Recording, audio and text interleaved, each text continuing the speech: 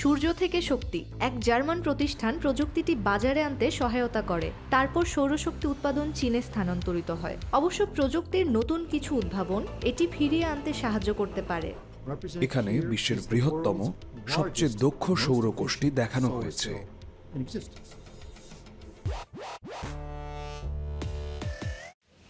Trial রানের সময় হয়েছে।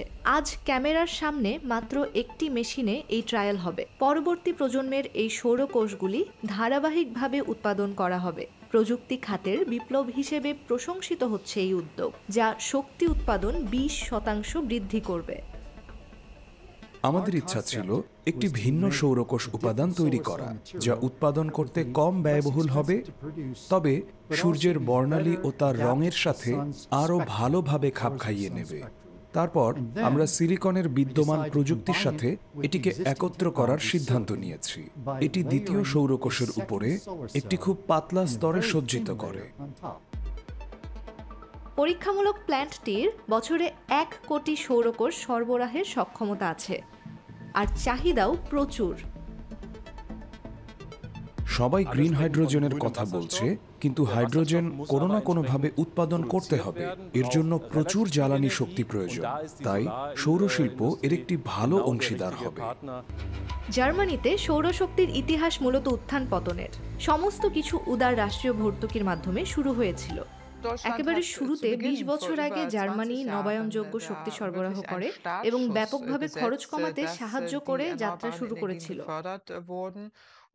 পরোক্ষভাবে অন্তত এটি সৌর বিদ্যুতের প্রসারে প্রণোদনা দিয়েছিল, তবে এতে কিছুটা সময় লেগেছিল। কিন্তু ক্রমেই জার্মানি উৎপাদনের ক্ষেত্রে নিজের সুবিধাজনক জায়গা হারিয়ে ফেলে। প্রযুক্তিটি প্রতিষ্ঠিত হওয়ার পরে জার্মান কারখানাগুলি প্রতিযোগিতায় টিকে থাকতে পারেনি। বেশ কয়েকটি ভুল ছিল। প্রথমত, 2000 সালের দিকে যে ভিত্তিপ্রস্তর স্থাপন করা হয়েছিল সেটি কেবল সংকুচিত হতে এবং মরে যেতে দেওয়া হয়েছিল। গোটা বাজার ভেঙে পড়ে।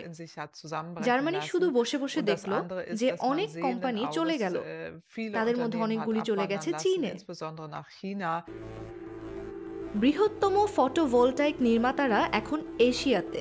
ইউরোপ তার জ্বালানি শক্তির স্বাধীনতা কিছুটা পুনরুদ্ধার করতে চায়, কিন্তু এর সম্ভাবনা কতটুকু? চীনের উৎপাদন ক্ষমতার সঙ্গে তাল মেলানো আমাদের পক্ষে আর সম্ভব না। তবে এমন কিছু কাজ রয়েছে যা আমরা করতে পারি। উদাহরণস্বরূপ, দারুণ উদ্ভাবনী ব্যবস্থা তৈরি করা, যা হবে খুব দক্ষ।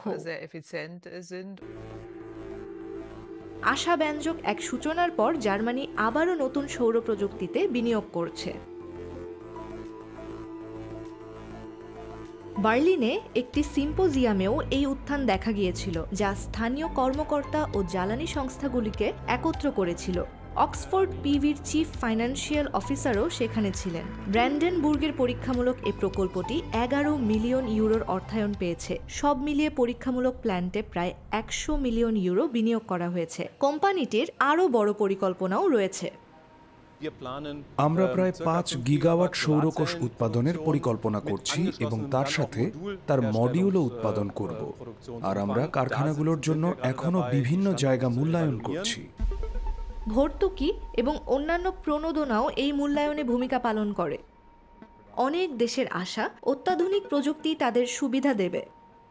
নতুন অক্সফোর্ড গিগা ফ্যাক্টরিটি কোথায় তৈরি হবে?